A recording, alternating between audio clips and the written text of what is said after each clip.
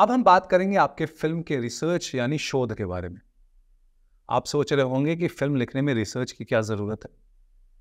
तो चलिए सबसे पहले इस सवाल का जवाब ढूंढते हैं। रिसर्च करने के पीछे सबसे बड़ा कारण है कि इससे जिस दुनिया में हमारी कहानी सेट है उस दुनिया को हमें समझने का मौका मिलता है। हम जान पाते हैं कि उस दुनिया की सामाजिक, सांस्कृतिक, राजनैतिक, ऐतिहासिक बारीकियां क्या हैं। उसके अलावा अगर आपकी कहानी किसी विशेष दुनिया में सेट है, जैसे मान लीजिए आपकी कहानी एक अस्पताल में सेट है, या कॉर्पोरेट लॉयर्स के एक ऑफिस में सेट है, या आपकी कहानी फौज की कहानी है, तो ऐसी स्थिति में उस पेशे की क्या बारीकियां हैं उन्हें भी आप रिसर्च के द्वारा समझने की कोशिश करते हैं।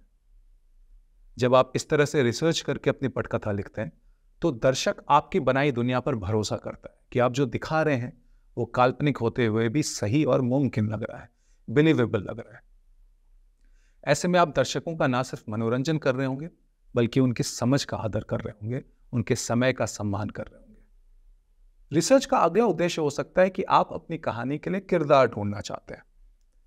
अब किरदार हम अपनी कल्पना से सोच सोच कर भी बना सकते हैं, लेकिन जैसे कि हमने पिछले चैप्टर में देखा, जब आप वास्तविक दुनिया से किरदार को अपनी कहानी में लेकर आते हैं तो वो कैरेक्टर सच्चाई के बहुत ज्यादा करीब नजर आते हैं।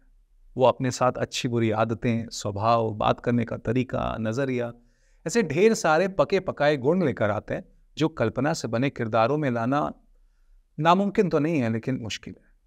मैं ये भी नहीं कह रहा हूं कि आप अपनी जिंदगी से चुने गए किरदारों को वैसे का वैसा अपनी कहानी में डाल दें। आपने अपने पिताजी को कहानी में डाल दिया। असल दुनिया के इन किरदारों में आप अपनी कहानी के हिसाब से थोड़ा सा फेर बदल करें, या एक से ज्यादा किरदारों को जोड़कर आप एक किरदार बनाएं, यानी पिताजी और एक मामा जी को जोड़ दिया। ऐसा करने पर हमारी कहानी के जो किरदार हैं वो 3 डायमेंशनल होंगे, दर्शकों को सच्चे लगेंगे।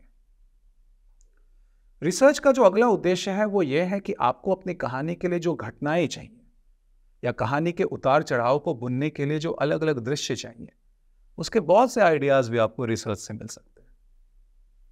इसके अलावा कहानी के टोन को समझने में भी रिसर्च का एक बहुत अहम योगदान होता है। टोन क्या होता है? टोन को आप इस तरह से समझिए।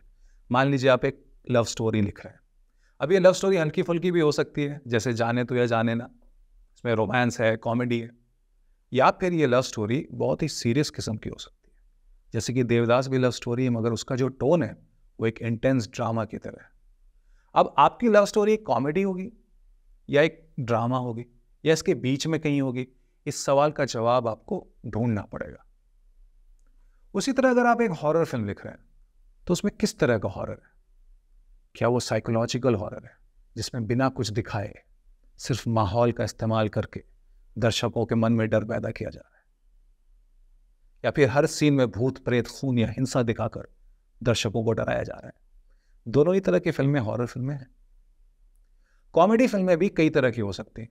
कुछ ऐसी होती हैं जिसमें किरदार गिर पड़ रहा है और हम उस पर हंस रहे हैं। वहीं कुछ ऐसी कॉमेडी फिल्में होती हैं जिसमें किरदार कुछ अलग सा नहीं कर रहा, लेकिन परिस्थितियां इतनी मजेदार हैं कि उसकी वजह से दर्शकों को हंसी आती है। तो इसी तरह टोन अलग अलग तरीके का हो सकता है। रिसर्च करते वक्त जब आप कहानी के विषय में स्टडी करेंगे या उससे जुड़ी फिल्में देखेंगे, तब आपको अपनी कहानी का टोन डिसाइड करने में काफी मदद मिल सकती है। अब ये रिसर्च करें कैसे? मेरा मानना है कि सबसे पहले आप अपनी कहानी, आपके आइडिया, आपकी दुनिया, आपके जॉनरा के आसपास की जितनी भी फिल्में देख सकते हैं देखिए। दुनिया में लोगों ने बड़ी अच्छी अच्छी फिल्में बनाई हैं। उन फिल्मों को देखते देखते आपके दिमाग में बहुत सारे आइडियाज आएंगे और आप उन फिल्मों को देखकर, उनसे सीखकर अपनी कहानी की सेटिंग, टोन, कैरेक्टर, स्टोरी के एलिमेंट्स, इन सब के बारे में कई सारी चीज़ों को और बेहतर तरीके से समझ सकते हैं। जैसे अगर आपकी कहानी एक हॉरर फिल्म है और दिल्ली में सेट है, तो आप वो फिल्में तो ज़रूर देखिए जो हॉरर हैं, लेकिन साथ ही वो फिल्में भी देखिए जो हॉरर नहीं है मगर दिल्ली में सेट है। इस तरह आपको दुनिया भर की फिल्मों से काफ़ी कुछ सीखने को मिलेगा। आप कहानी के विषय से जुड़ी डॉक्यूमेंट्रीज यानी नॉन फिक्शन फिल्में भी देख सकते हैं। इसके अलावा आप किताबें पढ़ सकते हैं, फिक्शन और नॉन फिक्शन दोनों तरह की। आप इंटरनेट पर पढ़ाई कर सकते हैं, लोगों के ब्लॉग पढ़ सकते हैं, न्यूज़पेपर आर्टिकल पढ़ सकते हैं, मैगजीन आर्टिकल पढ़ सकते हैं। ये सब आपके रिसर्च का हिस्सा होता है। अगर आपकी फिल्म किसी विशेष शहर या गांव में सेट है तो आप वहां जाकर कुछ दिन रह भी सकते हैं। उससे आप वहाँ के परिवेश को और अच्छे तरीके से समझ पाएंगे और ये समझ आपकी कहानी में नजर आने लगेगी। रिसर्च की तरफ कई लेखकों का एक नेगेटिव एटीट्यूड भी होता है। उन्हें ये डर होता है कि अगर वो रिसर्च के लिए हर तरफ से जानकारी इकट्ठा करेंगे तो दूसरी कहानियों का प्रभाव उनकी कहानी पर दिखने लगेगा, तो इससे उनकी कहानी की जो ओरिजिनलिटी है वो खत्म हो जाएगी। मेरा ये मानना है कि इस तरह के डर से आप अगर रिसर्च ना करें तो वो सही नहीं है। अगर आप एक ही फिल्म को 100 बार देखकर अपना रिसर्च करते हैं तो ज़रूर उस फिल्म का प्रभाव आपकी कहानी पर नज़र आ सकता है और हो सकता है आपकी फिल्म उस फिल्म जैसी लगने लगे जिसे आपने 100 बार देखा है। लेकिन अगर आप 100 अलग अलग फिल्में देखते हैं और दुनिया भर की किताबें पढ़ते हैं और अलग अलग लोगों से मिलते हैं तो इन सब विचारों का निचोड़ आपकी कहानी में आएगा और वो हर हाल में अपना एक नया रूप ले लेगा। आप रिसर्च को जिंदगी से जोड़कर देखिए। हम अपनी जिंदगी में सिर्फ एक व्यक्ति से नहीं मिलते या एक ही रेस्टोरेंट में नहीं जाते या एक ही किताब नहीं पढ़ते। हम अलग अलग लोगों से मिलते हैं, अलग अलग जगहें देखते हैं, अलग अलग अनुभव इकट्ठा करते हैं। इन सब के मिश्रण के बाद हम अपने आप में एक अलग मौलिक, ओरिजिनल, यूनिक इंसान बनते हैं। रिसर्च भी इसी तरह है। और वैसे भी आप रिसर्च के बाद जो पहला ड्राफ्ट लिखेंगे उससे सीधा फिल्म तो नहीं बन जाएगी, उसके कई रीराइट होंगे। इसलिए मेरा मानना है कि आप इस बात से ना डरें कि आप कहीं से कुछ चुरा तो नहीं रहे।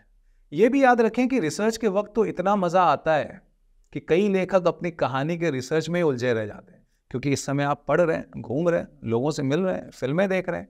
ये पूरी प्रक्रिया इतनी दिलचस्प लगने लग जाती है कि कहानी लिखने की जो मेहनत है उससे हम दूर भागने लग जाते हैं। तो इस बात का ध्यान रखें कि रिसर्च में मज़ा आए उसका ये मतलब नहीं है कि आप अपनी कहानी और किरदार को बनाने के बजाय रिसर्च में ही उलझे हुए हैं। आपको एक समय पर यह कहना पड़ेगा, बस इतना रिसर्च काफ़ी है और अब मुझे अपनी कहानी और किरदारों का रुख करना चाहिए।